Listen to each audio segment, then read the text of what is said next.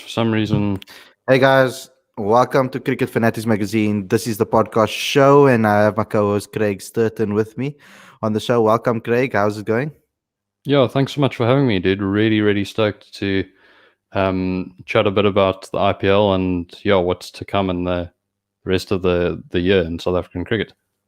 Yeah. There's so much actually that's been going on this last week, but I mean, it's always nice to talk about it in a relaxed manner. So that's what this podcast show is about. Obviously, we're going to be having some fans call in later in the show. Mm. And as per usual, we're obviously going to have Aditya who's going to come on and just go through what just happened in this match between Kings 11 and Rajasthan Royals. It was phenomenal. I mean, as he will tell you, it was the highest run chase in IPL history, which is quite phenomenal. So there's a lot for him to pack in and talk about. Craig, how much of the IPL have you been watching? A fair bit. It's yeah. I mean, it's been quite a chaotic last 10 days for me work-wise, so I haven't really been able to watch a hell of a lot. But I mean, I've been keeping sort of pretty close tabs on it, like just on Cricket Info and things like that. So I've got a pretty good idea of what's been going on. It's good to see that the South African guys are starting to get in a bit of match practice and really put in some proper performances. I mean, between KG and Faf, and obviously the other guys as well. Like it's really cool to see that the guys are shaking off the rust pretty easily, which is cool. Yeah. So the guys that have this tuned in, please smash that like button. Obviously, click subscribe and become part of the group, and click subscribe and click the notification bell, etc. And give this video a share so that more people can join in and can have the conversation with us. We're really trying to push this to everybody possible when we can. So, Craig, I know South Africans it was amazing from a South African point of view. I mean, it was quite an interesting week for me in cricket, actually, if I'm going to talk about from my own perspective, because it's the first press conference I went to as well. It's the first time I was at Newlands since after lockdown. It was very weird to take that drive, and obviously then you get your temperature taken at the gate, and you have to, and all of those type of things, and having to see all the guys, David Brook and Ashwell Prince, and seeing Zubair Hamza and having a chat with him and a catch-up session with him. But I just had that feel, like even to see my fellow journalists as well. Like it just felt like the season started in a way, because me with my tripod, that I could sit in the front row, I could set up everything, having to talk to the photographers, like Gallo photographers, Ashley Flotman, and obviously from Backpage Pics, Ryan Giggsy, as they call him. So it was awesome to see all of them. I mean, obviously the first thing when I saw Giggsy, and obviously when his nickname's Giggsy, Ryan, when I spoke to him, obviously the first thing that we did was complain about Man United, because he's a massive Man United fan. His experiences are quite phenomenal. I must actually try to get him on the stream as well and have a chat with him. Yeah, that would be epic. Yeah. So, but from your perspective, what has it been like for you? Are you enjoying cricket back on TV again, sport again, live sport, to be able to watch it again? Yeah, it's epic because you sort of don't quite realize how much you take it for granted when you've got it week in, week out. And then we went through that sort of 3-4 month period or whatever where there was nothing. And I mean, obviously, the Super Rugby side started up again yesterday, which was really cool to see. And to have something to watch is epic. And I think people probably have a deeper appreciation for whatever game they enjoy watching, whether it be rugby or cricket and whatever. And I think whenever fans are allowed back into stadiums or stadia, I think we're really going to see the numbers in proportions that we haven't seen in a good while, which will be cool. But I'm just sort of going back to your sort of press conference experience. I mean, I'd like to think that that we're quite good mates, and you didn't tell me at all that that's what you had been up to this week, which I'm actually quite hurt by. But no, it's fine. It's fine. I'll get over it eventually. But don't you get the emails? No. Well, I'm clearly not on the mailing list. You're not on the list. Oh, you're not on the mailing list. Clearly not on that level yet. But but it's cool to see that like sport and life in general is starting to get back to somewhat of a normal sort of vibe for us, which is cool. Yeah, Long may it of last. course. Yeah. Yeah, of course. Yeah, I should have actually told you about that. I can't believe that I didn't tell you about that. I thought I told you. Dude, But okay, it doesn't really matter. You would have come with. I would have cleared my schedule if you had told me, but I mean, Oh, really? maybe one day when I've proven myself and probably written a few more articles for you, maybe. Okay. But Okay, so let's get this going. Let's get some talk about the IPL first of all. Let's bring Aditya into the stream. We're also really excited to hear his review. So, welcome to the show again, Aditya. How's it going, man? Thank you. Very good. Still recovering from the highest run chase in IPL history. Yeah. That's wild, eh? Cheapers. Yeah. Incredible stuff. So, just give us a quick review. When as you do normally, you give us a quick summary to the fans out there. Just give us a quick review of what actually transpired in this match, because it was quite phenomenal. Okay, should I begin with the game yesterday or should I begin with today? Let's start with today, because I think today is the hot topic. All right. So, as we know, today's game took place in Sharjah, which of the three grounds is known to be the smaller, high-scoring bowlers graveyard kind of ground. And the game was between the Rajasthan Royals and the Kings 11 Punjab.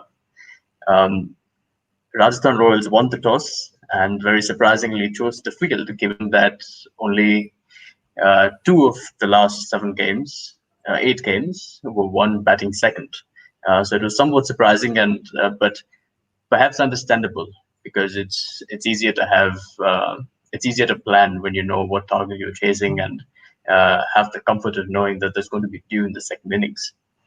So KL Rahul, who's been in supreme form, as has Mayank Agarwal, opened the batting, and they put on 183 runs. They were going at almost 12 and over for the first 16 overs, and that set the platform for a massive 223. Maxwell and Nicholas Pooran chipped in, and they set the stage for what was going to be a phenomenal contest. With the Rajasthan Royals, Josh Butler is back in the team, and he took on the opening spot.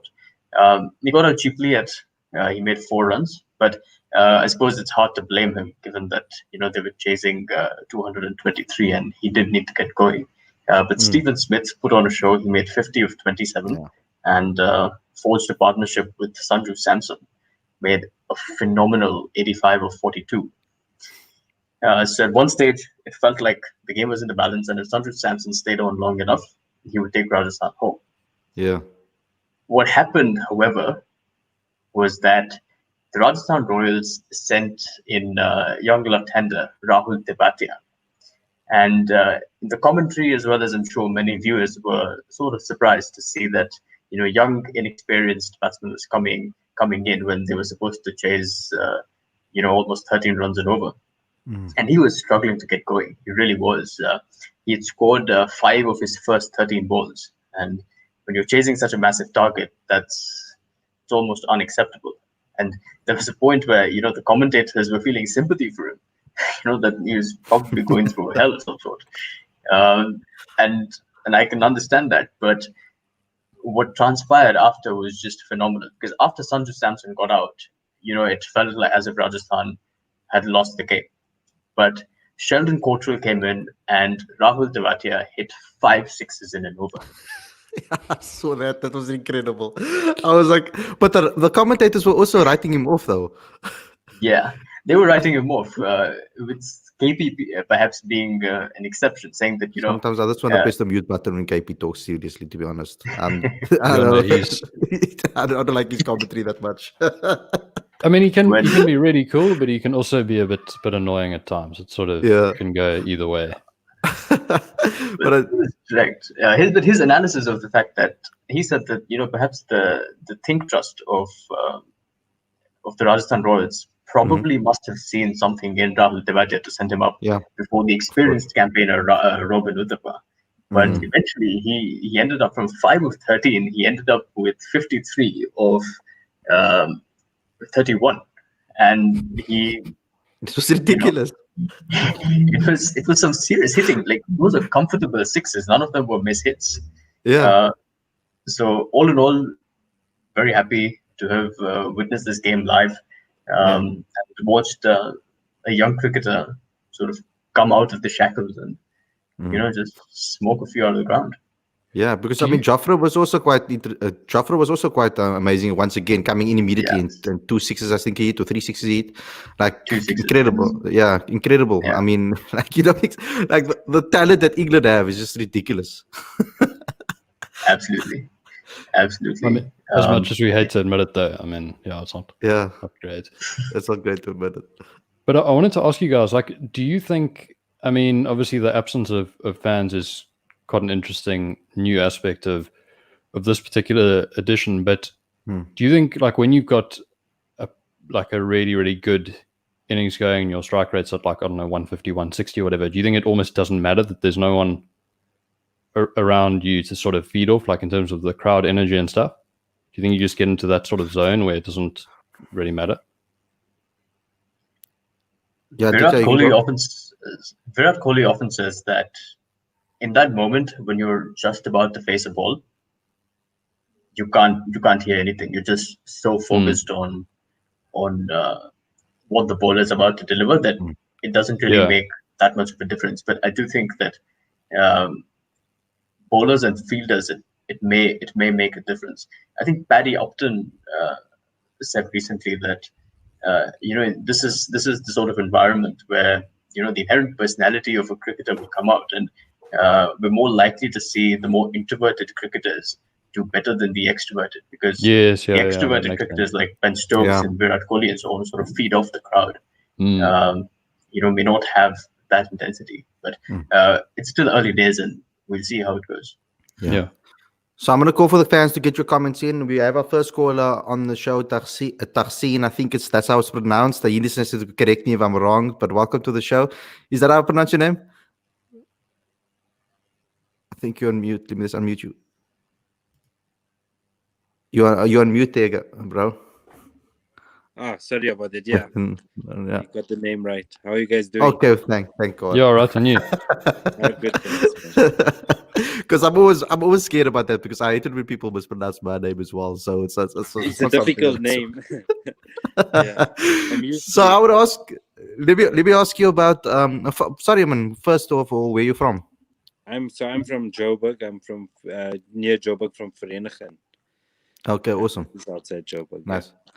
Yeah, I remember going to Vereniging once upon a time for a judo tournament. It was quite okay. There wasn't much to do for us there, because all we were in that hall. We were in this hall for like, I don't know for how long, like for quite some time. So there wasn't much else to do but just be in the walls. I didn't really get to see Vereniging a lot. Khalid, are you just trying to drop it in there that you're quite a good judo player? He's well traveled.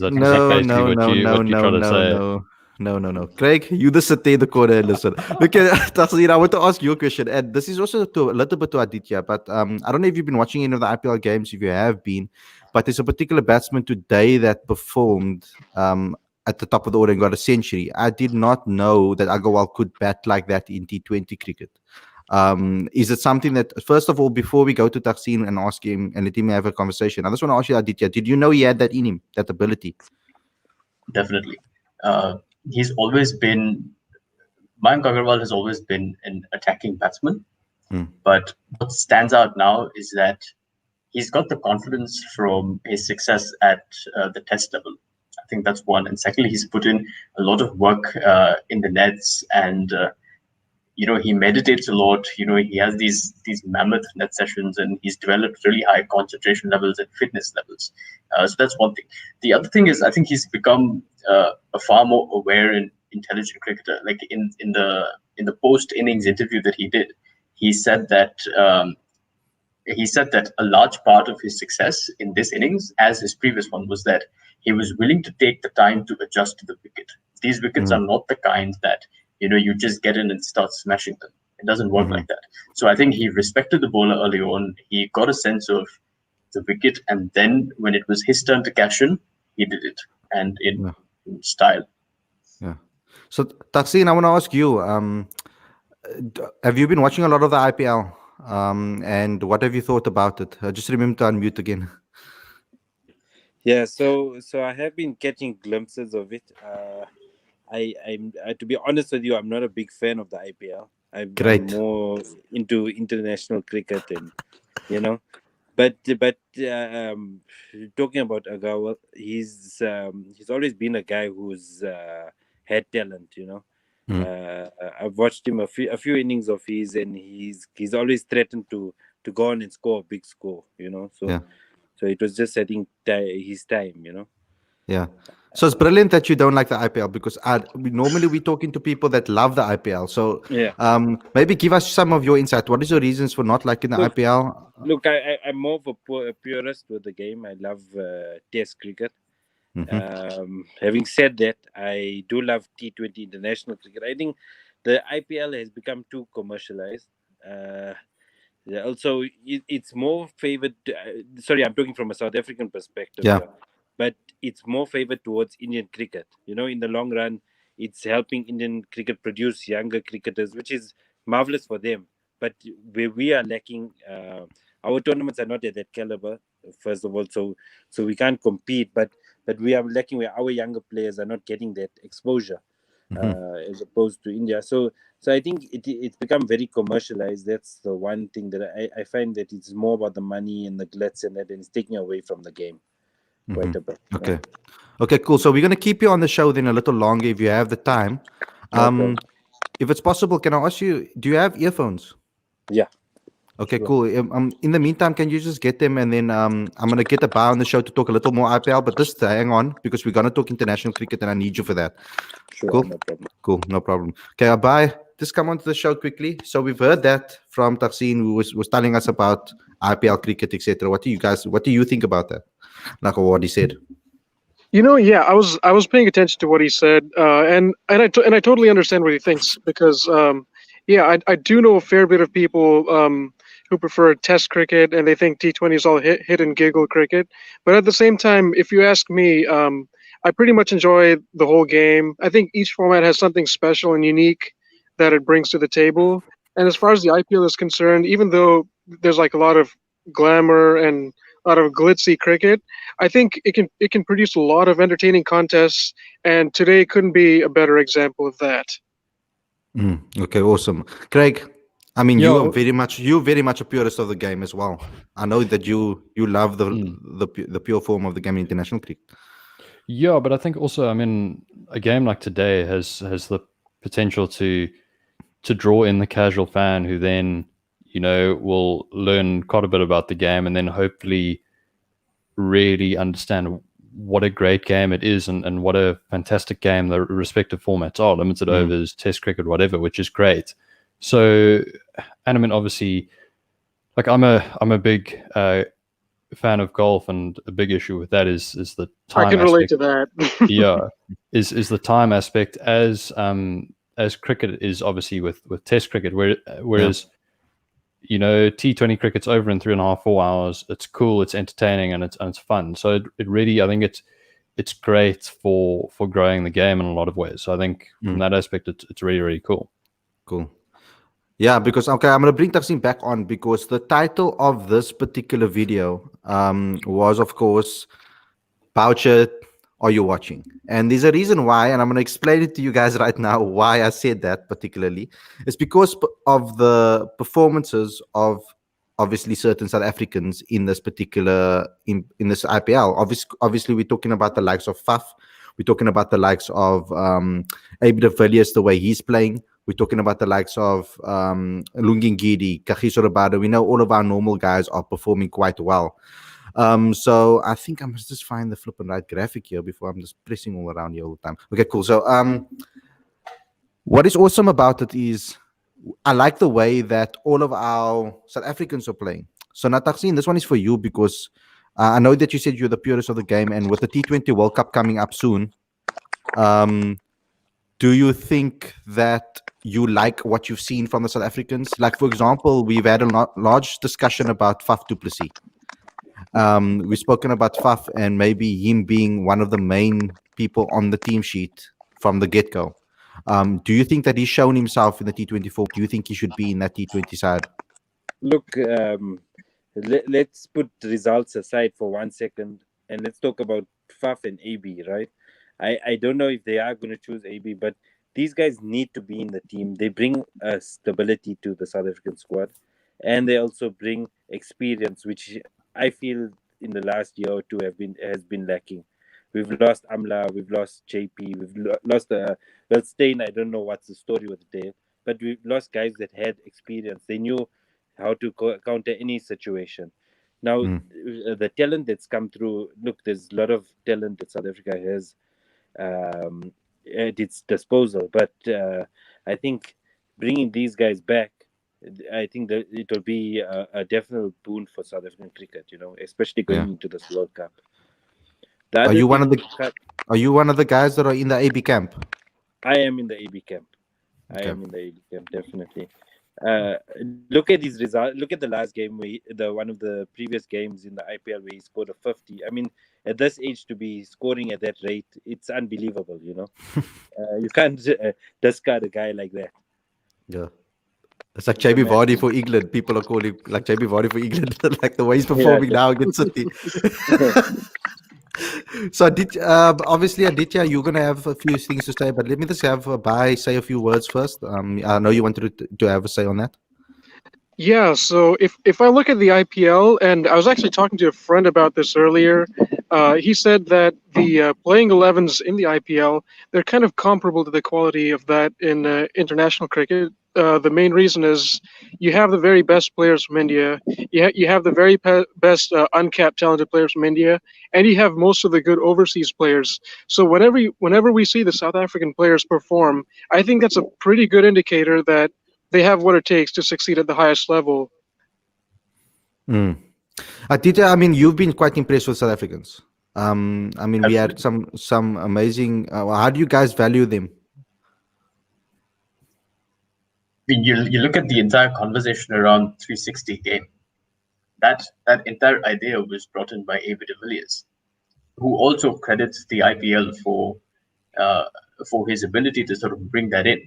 And you look at the 149 of 44 deliveries and the 162 of 66 deliveries. They were all the sort of innings that he was able to develop because of the exposure that he got at the IPL. And he'd be the first to say that. Same with Faf. Faf has been playing for the Chennai Super Kings since 2011.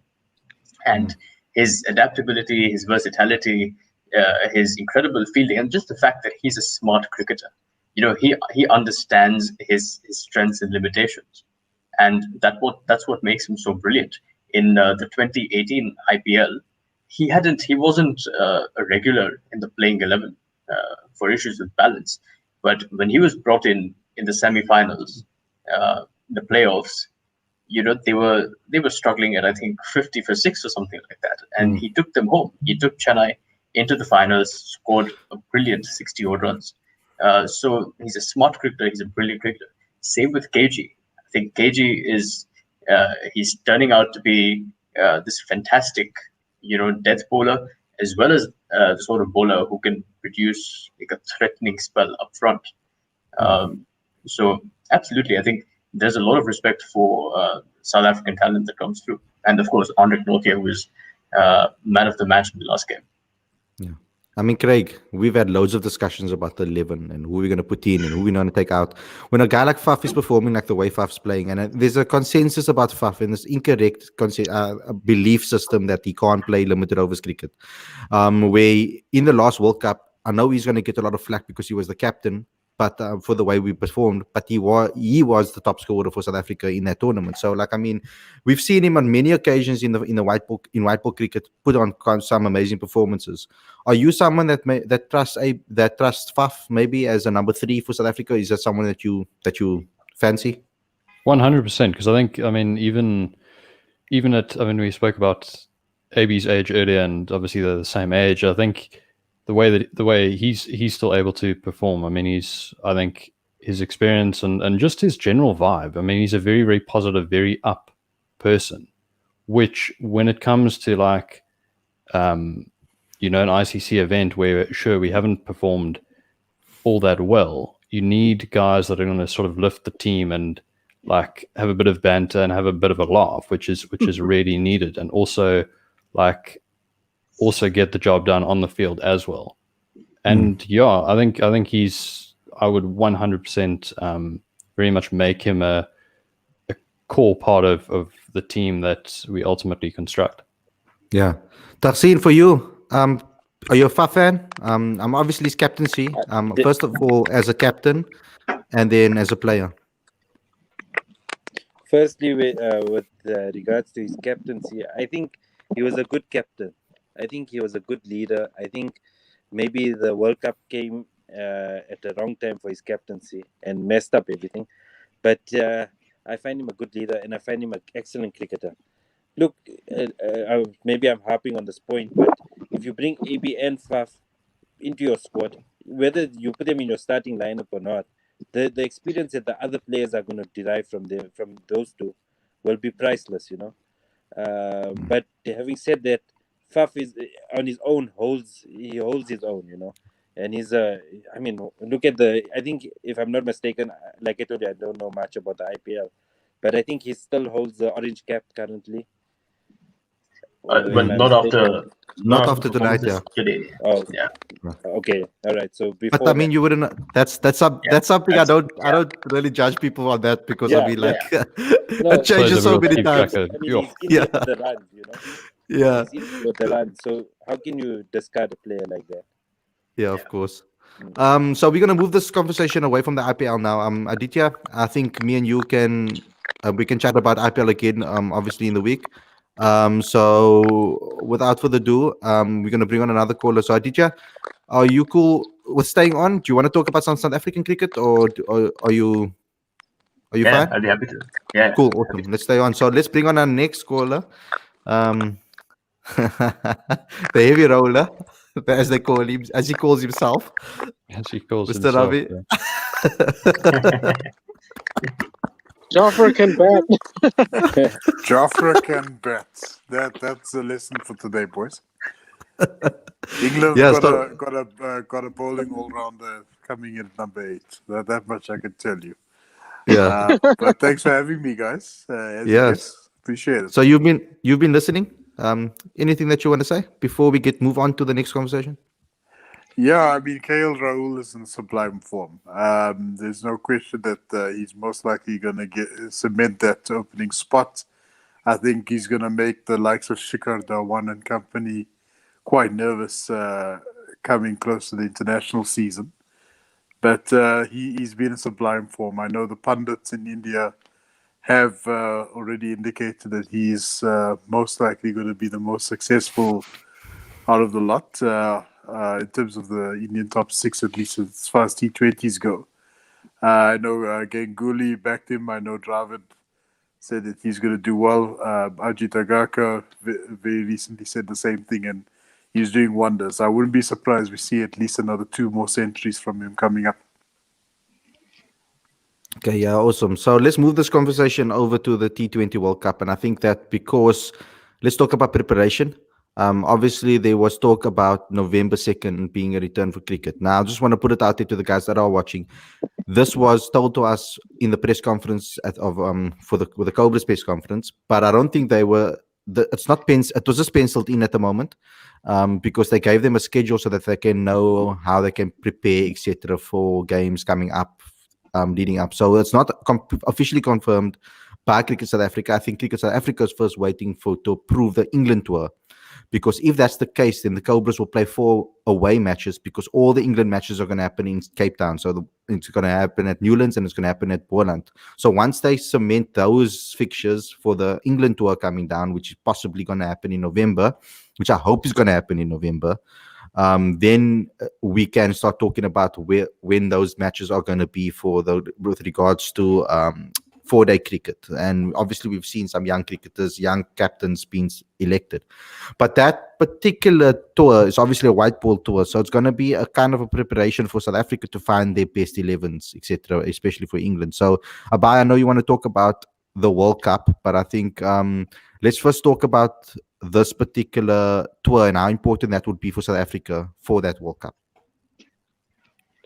Definitely. I think Well, regardless of what it is, the IPL or a T20 series, I think every single match will carry plenty of significance because the T20 World Cup is coming up in what I think a year's time. So and 1 year isn't quite a long time, especially when it comes to finalizing your squad. So I think at the moment, South Africa should focus on making sure whom all have made the cut for the big tournament. And I think playing a strong side like England will be ideal preparation. Well, I mean, my opinion. So I'm going to open up the floor to everybody. You can just put up your hand when you want to talk. I mean, I tend to ramble on and talk a lot, as Craig will tell you and Ravi will tell you. Ravi, I'm not. I can't really see your hand right now. So, so what I want to say is, I think okay. So to spark off the debate, I think South Africa needs to pick for the England tour. They need to pick their best 11, the best squad that they have available to them, and rotate that squad accordingly, right?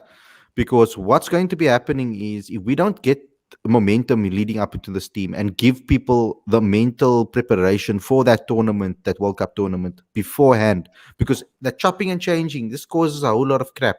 Like we don't want a whole lot of options of when they're thinking, oh, am I going to be in the side? Am I not going to be in the side? It causes problems, and that's what's my problem with regards to AB de Villiers, because I felt like AB, it was the type of person that will throw the balance off, but we can't not put him in. So I'll rather have Boucher come out now already and say, look here, for the England series, we're going to select AB de Villiers. Hence the title, Boucher, are you watching? Because I want Boucher to be able to see, is he watching these performances on the IPL? Obviously he is. And is he watching the way the players are preparing for their cricket? Who's fit, who's not fit? I mean, young players like Zubair Hamza, young players like Marcus Ackerman, who have been performing in white ball cricket at South African franchise level. There's so much young talent in this country that he needs to keep an eye on, and I hope that he is doing that. But Ravi, you put your hand up. What do you want to say? Yeah, no, absolutely. So I think I agree with you 100% there, Khalid, that Bout should actually draw a line in the sand and basically cut out all speculation or all rumors. This is where cricket meets the Premier League, I guess, where you literally need to say, this is who we've been talking to. AB de Villiers will be joining the team on X date. Or we've decided to part ways and everybody wishes each other well and we can move on.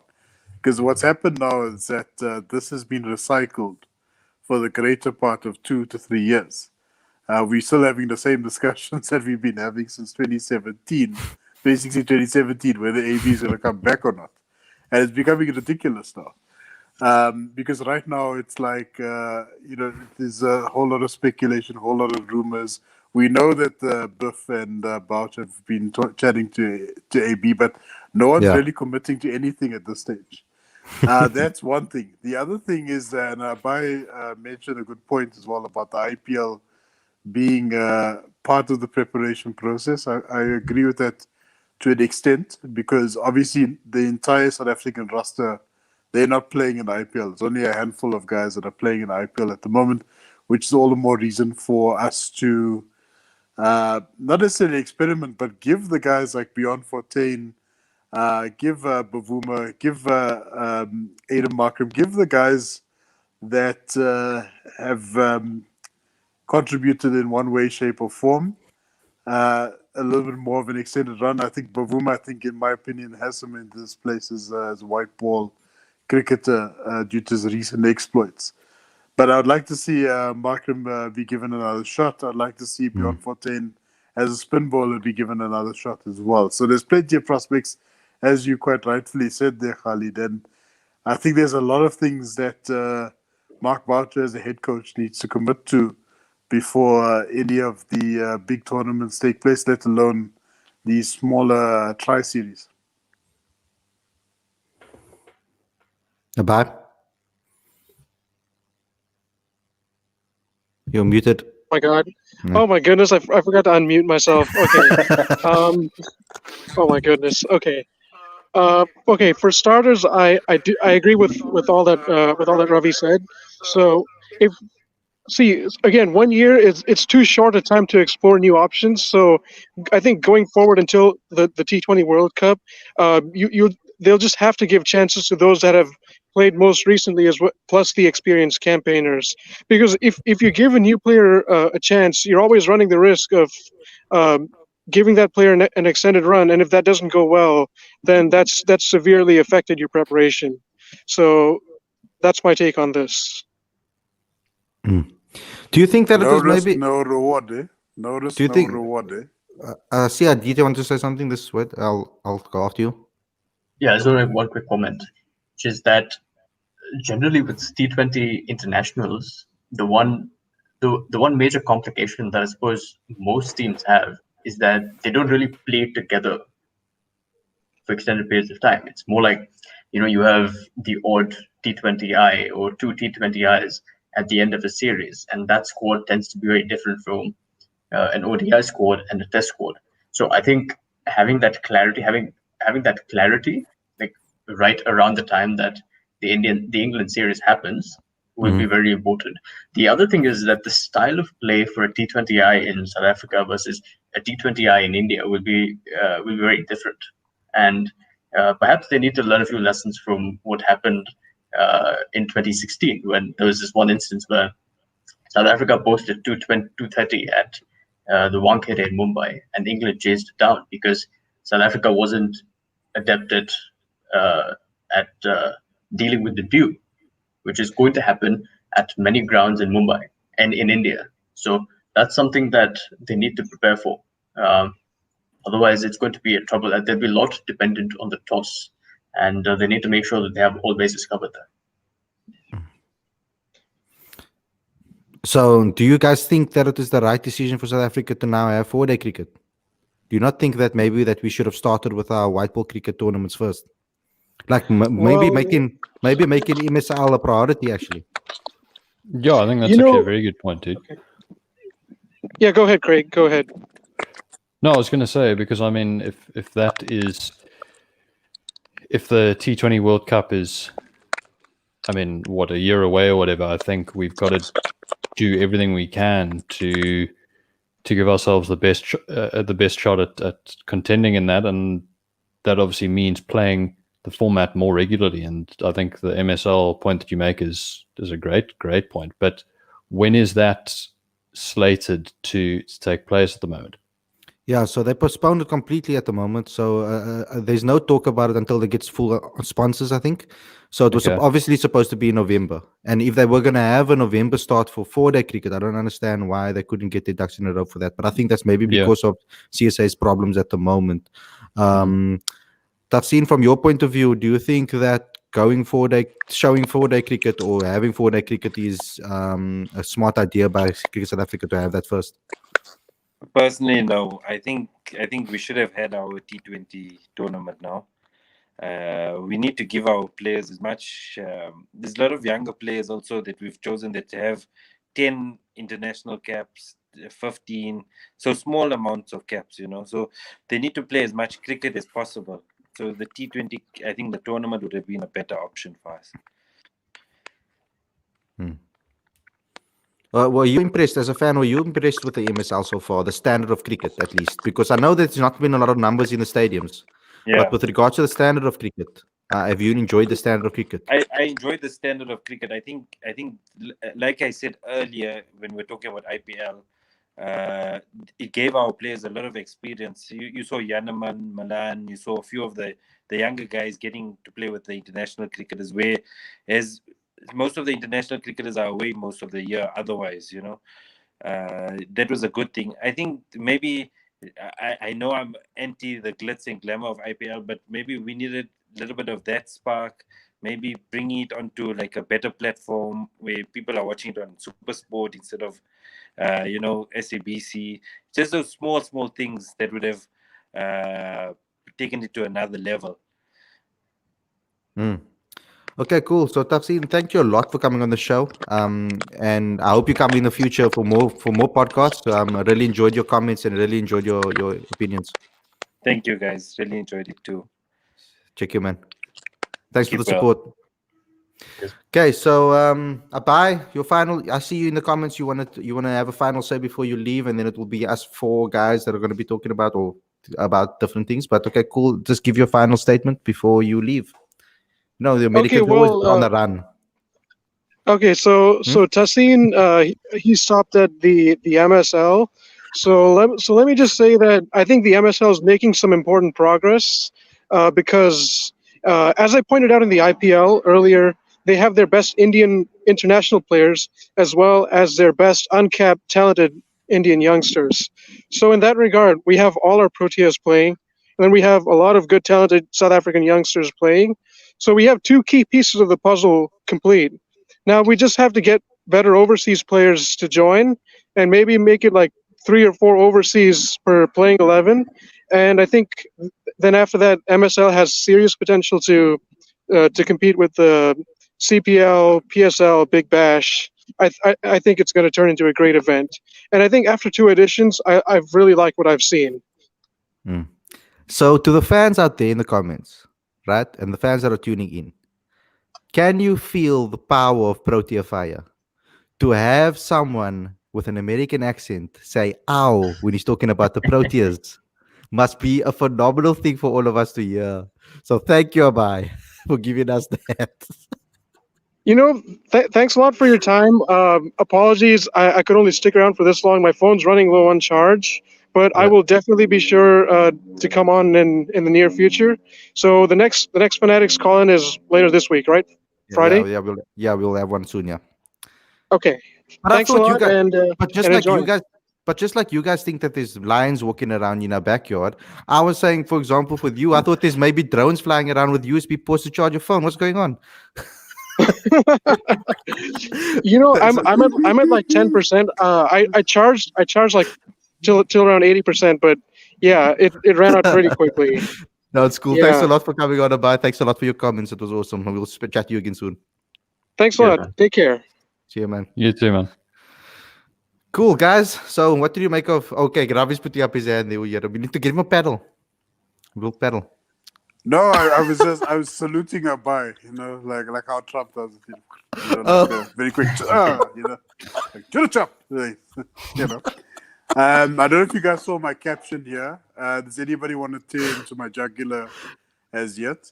I put that staying out. That's a topic that I've been meaning to chat for a while. And before my jugular gets ripped off from my neck, I just want to say that I'm a huge fan of Dale Steyn.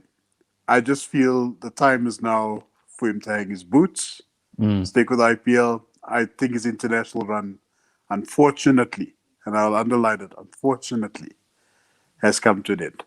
Yeah. So let us know in the comments, guys. Let us know in the comments what you think about Ravi's statement, staying out. Is that something that you think should happen? With obviously, Aditya, you can give us some insight into what you've seen from Andrich. Obviously, he's been the guy that's spouted to take his place, obviously, and he's been seen as, I don't know, Craig, I don't know if how much you've seen of Andrich live. Like I'm talking about like at the live game yet. But what's your thoughts? What's your thoughts of Andrich from what you've seen on TV, etc.? I mean, I think he's lank exciting. I think he's got a lot of potential, and I think, I mean, there's no, it sounds cliched, but there's no substitute for pure speed, which he's got plenty of, and I think he could be a serious force to be reckoned with come T20 World Cup time, and he's got the ability and the versatility to be potent throughout an innings, which is really, really exciting from a fan standpoint. So, I mean, I think he could very much become the next sort of, I mean, it may be a big call because obviously Dale Steyn is Dale Steyn, but I think he could be a really fantastic bowler over many, many years for us. I think it's going to be epic. You know what, Aditya, seeing that we're talking about international cricket, I just want to ask you, I don't know how much insight you have into this. I mean, obviously we're quite close with regards to South Africa and how they set up the team, etc. before World Cups and knockouts, and I don't really know much about the international teams. But with regards to India, when it comes to big tournaments, from what you have seen over the couple of years, How do you guys go about it when you're preparing for your international tournaments? Because I mean, what can South Africa maybe learn from the preparation, the squad selections, etc.? How do you guys go about that? I think we've become the sort of team that plays big tournaments well since MS Dhoni has become captain. And perhaps the one thing that stands out in MS Dhoni's captaincy is that there's no real idea as the perfect team. I think every team will have gaps that can be exploited, but I think it's more about what you do better as opposed to what you do less of. And if you go back to the last T20 World Cup in 2016, in that World Cup, Virat Kohli was the only consistent batsman. He had the tournament of his life. Like, none of the other batsmen were really made significant contributions to our batting. Yet we made it to the semi-finals. And in the semi-finals, despite posting 189, we lost to the West Indies. So, of course, that we made it to the semi-finals, and that's a great achievement. But there were significant holes in the team that weren't filled. But ultimately, I suppose with India, if we have the strategy that we followed is that Rohit Sharma and Shikhar Dhawan will get us off to a decent start. They'll be adaptable, but they'll try to get us to a decent start, and then Virat Kohli will sort of consolidate, and then we have Hardik Pandya towards the end who will launch as much as he can, and then we've got a great contingent of fast bowling now with Bumrah, and Pandya can also bowl in the high 140s, and we've got some spin as well. So I think the idea is to have all bases covered and then adapt to the conditions on offer. Because I think, guys, we're going to see a very different South African team, because obviously with it being in India and the conditions obviously being conducive to spin, we might see a guy like George Linder be pulled in to play that number 6 role, number 7 role, maybe even number 7 role as a second spinner. Because I mean, I don't know if they pick Imran and Shamsi in the same team. I don't know how that balance would be. We need a spinner that can bat as well. And George Linder is probably one of our best batting spinners in the country at the moment. I don't know if someone like Bryce Parsons can get himself ready in time. I don't think age should be an issue. I think your big match temperament should be there, like a guy like Calvarena as well. Whether he'll be in the mix, guy like Heinrich Klaassen. I think that the biggest thing about South Africa picking their side is obviously going to be whether AB is going to start, because I think if AB is in that side, someone misses out that is in form. So either Heinrich Klaassen misses out, or either Rassie van der Dussen misses out, and that's if Faf du Plessis holds a spot. So I see I can see that we're boring Craig in the corner there. So let's just ask Craig. Craigie, say something, man. Hey? Come back, Craig. Come back.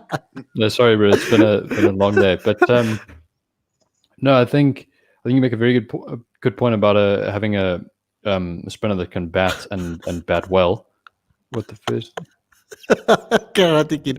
Well done, Jessica. I don't know why you haven't called in. You came in last time and I'm not called That's in. a great reference. That's a beautiful reference, Jessica. Someone's been Can we talk a watching little bit about Cobra Kai? Cobra Kai. Let's talk a bit about Cobra Kai for about 10 Wait. minutes. Shame, poor Craig, man. Let him finish his comment. No, Then we can talk about Karate Kid. It's all good. It's not even that relevant. It's fine. I've lost my train of thought entirely now. What were you saying? Thanks, Jessica. So I was asking you about. We're talking about Johnny Lawrence from Cobra Kai. Is he the real Karate Kid? I'm gonna mute you. So Craig, what I want to ask you is about particularly AB de Villiers, and we'll get to Cobra Kai a little bit later. I don't know, DJ, if you watched it, but we can get into that later. But AB de Villiers coming in means one of the spots need to obviously some of the people have to lose out. Obviously, we've seen in the recent tournaments, we've seen that Faf hasn't really played because he's been given a rest. So obviously other people got an opportunity, like Heinrich Klaassen, Janaman Malan got obviously a chance at the top of the order. Riza Hendricks is a tricky one as well. I mean, a lot of people are massive fans of Riza. Dude, I know I'm a huge fan. Okay, cool. So there we go. So tell me about what you think is going to happen. It's a headache for a national coach, but it's also a good headache to have. Yeah, I mean, obviously we've been saying that, you know, it's key to pick our best 11 to give ourselves the best chance at victory. And I mean, whether people like the way AB's gone about the last few years of his career or not, the fact of the matter is he is one of the most destructive players in the game today. And you know, he can pull a game out of the fire, or he can lay the foundation for a massive total batting first. And I think that and I think obviously, you know, if you've read his book, you'll understand how much winning an ICC event means to him. Mhm. And I think the fact that, I mean, I think in spite of everything he's achieved, I think it is going to be like it's going to be a gap in his CV if we don't win one that he's part of. Because I was listening to a golf podcast the other day, and they were talking about like two of the best players in history who haven't won one of the full major golf events, and they're like, well, are they one of the greats still? And it's like, yeah, it's debatable, but obviously, I mean, his place in history is secured. But I think he's going to be keen to try and make an impact and really try and help us to that title. Yeah. So it's a perfect time for me to punt it. You guys must go follow Craig Sturton as well. He has a free drop podcast that you must Shot, bro, shot. If you guys That's love epic. golf. If you guys love golf. You see, he doesn't appreciate when I do something good for him.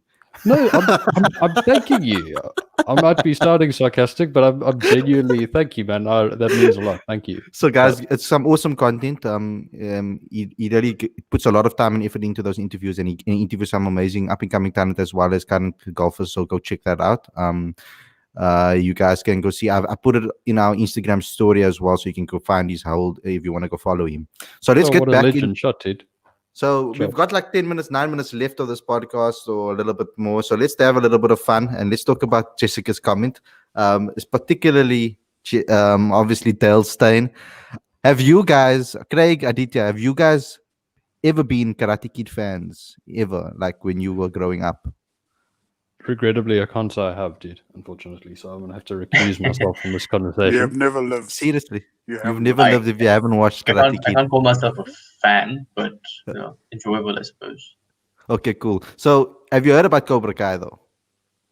Not quite, no. Okay, so for the people that don't know, let me just give a quick explanation of what it is about. I mean, me and Ravi are massive fans of it. It recently came over to Netflix. It was a YouTube original series that was originally released on YouTube. Obviously, if you were subscribed to YouTube Prime Premiere, you would have gotten the YouTube show, and they released certain episodes and certain seasons way after it was obviously released. But Cobra Kai is basically a show. I think it's it's quite a few years actually after Danny won the tournament, and Cobra Kai is actually the karate championship team that he fought against. The guy that he fought against in that final when he did that kick, that famous kick from Karate Kid. It's about him when he's older, washed out. It's a classic underdog story. Yeah. It's a classic underdog story, but basically the main thing about it is that it's Danny when he's older, and it's the real actors, the same actors that are acting now as older guys. So they have kids now. They've all moved on in their careers, and they're taking it from his time period and what he's living through at the moment after that tournament loss and how it affected him. So basically, he reopens the Cobra Kai dojo, and he starts getting kids in, etc. And he starts coaching, etc. So I don't know if you guys have been watching that. So really awesome series that you need to watch. Is there anything on that side, Ravi, that you want to punt? Not at all. Well, apart from the fact that it seems that Dale Steyn isn't the only bowler that's been sporting a Karate Kid headband sort of movement. It's been Stuart Broad very recently. Jimmy Anderson also did it. So I have no idea why they're doing it. My only guess is just to keep the Zampa's got the mullet to back it up. I mean, he still thinks he's in 1987, unfortunately. Much like most New Zealand rugby players. I don't know if you guys. I mean, I'm not sure if you watch rugby or not, but I don't know, Craig, if you've been watching the rugby recently, the Super Rugby. All of bits these of New it, yeah. Zealand kids, like, they all have been sporting these crazy like mullets. It's like basically every single bully from all of the coolest movies in the 80s have decided to play rugby over the last weekend. Every single one of them. I mean, it's like crazy mullets, not even subtle. It's like in your face. You can't ignore it. I mean, that's the kind of stuff which will, get you tackled unnecessarily, unfortunately. But anyways, it's really crazy. I mean, the closest deviation to that, I would say, from a cricketing context, is when Pollard used to write numbers. He used to shape the numbers on his head when he first. T20, and it was like, oh my goodness, look at this, it's so innovative. Look what he's doing. And Recently, Shamsi as well has been doing some few things with his hair as well. Shamsi been Oh, doing Chief, some so you're talking crazy about stuff, Kieran Pollard. I thought you were talking about Andre Pollard. I was like, what? No, sorry. No, yeah, Karen Pollard, absolutely. Can we talk about Shamsi's shoe thing for a second? I mean, I think we need to address it. You don't want the guy to do it unnecessarily as well. If you get the wicket, you need to be quiet about it. I love his celebrations, especially his Sub-Zero one. That's the best one. A Sub-Zero? What? You mean from Mortal Kombat? Yeah, he does the Sub-Zero one. When he did it, especially in that's why one of his masks was like a Sub-Zero mask. There was all right. So let me be straight up with you, right? So I think Sheldon Cottrell's celebration cool as hell, right? That's the kind of guy I'll go out with a beer with, at a barbecue or something. Yeah, because you can't have a beer with Shamsi. Okay. Have a Coke. I see. With him. Iced tea. Let's have iced tea on the veranda with Shamsi. The whole shoe thing. I mean, I don't know, man. It's like you just got like probably one of the most vital wickets of your life, right? And suddenly you whip out your shoe and call friends. What you don't realize is what it's doing for kids. It's getting kids excited. Yeah. Kids love that celebration. It's about kids the kids. Are getting excited to keep their shoes on. That's what it's done for children all over the world. Let's keep our shoes on. I love his celebrations. It gives a little bit more livelihood to the game. Otherwise, it's going to be this boring, stale buzz on the field. And kids need to have some fun as well. Give the kids some entertainment, especially the magic tricks. You can actually see his wife in the distance because he does the shoe thing. Called and he points at his wife, and his wife is like, "Please don't do this. Stop." Hey, Shams is a big friend of the channel. Hey, stop slating him, Ravi. This is obviously Ravi's. No, I'm doing it out of love. I'm doing it out of love and respect. Backtracking hard. Backtracking quickly. Shamsi, we love you. Don't take love your you shoe off. Just don't take off your shoe. Yeah. So, guys, I want to ask you just to give your final say about this podcast. It was a really fun evening, obviously. Just your final words. Let's just go around the room. Let's start with Aditya, and then you can go to Ravi, and then me and Craig will obviously do outro. I think for the South Africans to succeed at the T20 World Cup, perhaps they need to think beyond players that possess exclusive T20 skills. And, given what we know about conditions in India, it may not be such a bad idea for the Proteas to think about Keshav Maharaj in the T20 squad.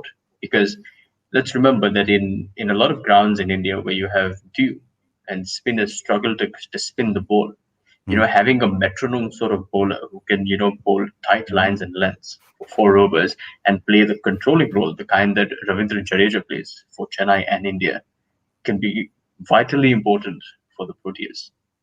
And maybe it's something that Mark Barcher should think about. That's an interesting one. That is actually an interesting one because he's also going to be captaining the Dolphins in the white ball format. So that's a very interesting topic of maybe seeing Keshav. So thanks a lot, Aditya, for coming on the show.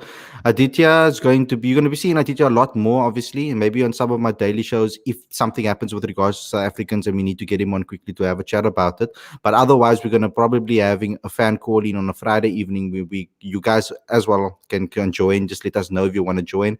Basically, just DM us with your email address on the day that you want to join the show. We'll probably have We'll send it to you around about probably 8:10 so that you guys can join the show. If you want to email us directly, of course, you can just email us at, let me find the email address for you. It is here. You can email us at cricketfanaticsmag@gmail.com if you want to come onto the show as well. So that is awesome for all of our Fanatics call-ins that we do. So if you're going to see Aditya down the line, we're probably going to do an end of the week summary of everything that happened in the last week and on our Fanatics call-in. So thanks a lot, Aditya, for coming on, and I'll speak to you again this week. Thank you. Cheers, man. Cool, man. See you, man. Okay, cool. So, Ravs, any final words? And Craig, you can move a little bit more in the middle of the screen now. Because obviously, yeah, there we go. Because obviously, there's 3 screens. Don't be scared. It moves around a lot. No, it's chill, dude. No stress. Yeah. Cool. Yeah, Ravs? so I think when it comes to the series coming up and the World Cup in the forthcoming year, it's going to be about decisions. Very difficult decisions need to be made. Much like whether you select Dale Steyn or not, or much like whether you select AB de Villiers or not. The other challenging point is that if you select the likes of AB de Villiers, does that mean somebody like Dale Steyn's place is absolutely secure? Those are sort of the dynamics I think Mark Boucher will be tackling once he gets into it. I'm not even sure if he's busy debating these things at the moment, but I can tell you it's going to be some pretty difficult decisions. You don't want the likes of a Rassie van der Dussen to unfortunately lose out a spot, because you decided to go the route of significant experience, if you will. So I think it's just really going to come down to really difficult decisions that need to be made, and I certainly hope that Mark Boucher makes the best, and Graham Smith for that matter, makes the best possible decisions leading up to the tournaments coming up. Okay, cool. That's awesome. We've got a buy as a question. Buy's back in the comments now. Yes, it's wow. so quick. Question for Ravi.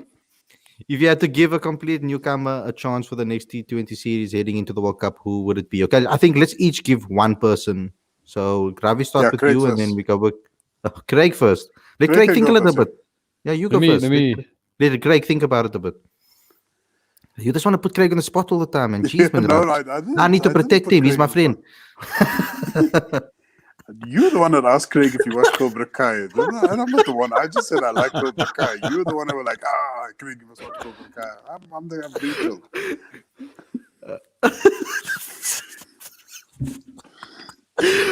Oh, Lord. Yeah, Do you want me to go first?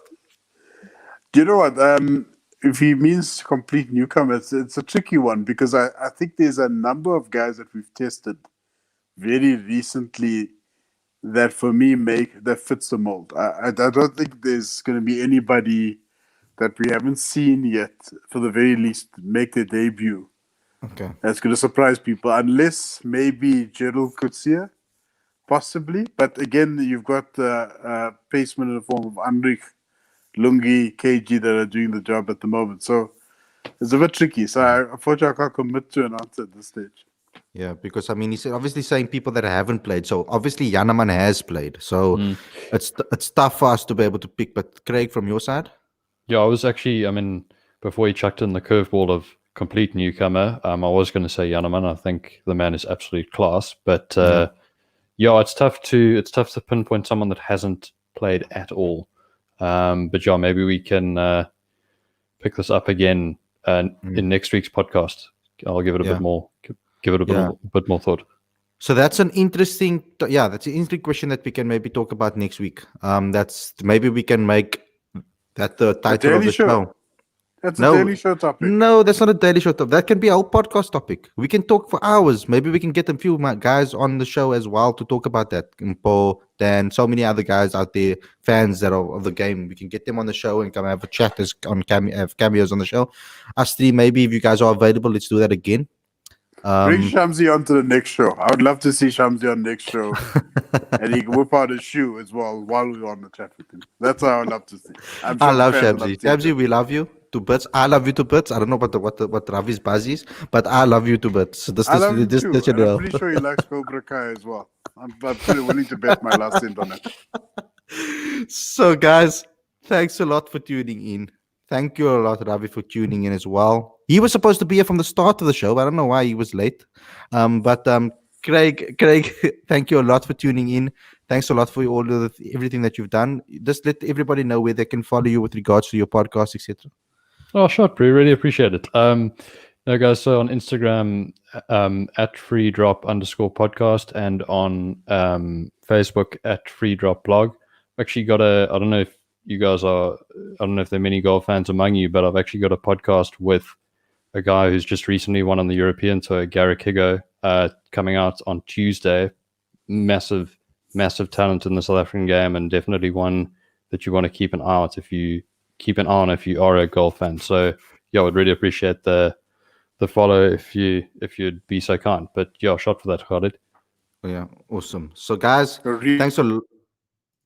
Sorry, do you want to punch something up? No, I would say I'm a recent golf candidate myself. My pick, Deshambu, won very recently. So yeah, they're very excited. Oh, that doesn't really do much for me, but anyway, carry on. It's all good. Cool.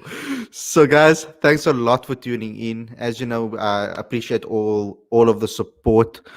Don't forget to like, comment, share, subscribe, get this out to all your friends and family. We had a lot of interesting topics and a lot of interesting points and opinions and views on cricket today on today's show. Obviously, don't forget to download the latest issue of the magazine. The link is on the screen and in the description. We're working very hard on the 4th issue. The 3rd issue was we got some great feedback about it. So you guys can subscribe right now and get the previous issues. They are available to you. Obviously, for this Fanatic call-ins, we would like you guys to obviously call in on the show when we go live. We go live every single Sunday at 8 p.m. We've been getting quite a lot of fans that have been tuning in, but we want more and more and more, obviously, because we want to grow. We want you guys to have a platform to have your say. So you can obviously email us at cricketfanaticsmag@gmail.com on a Sunday if you want to come on the show.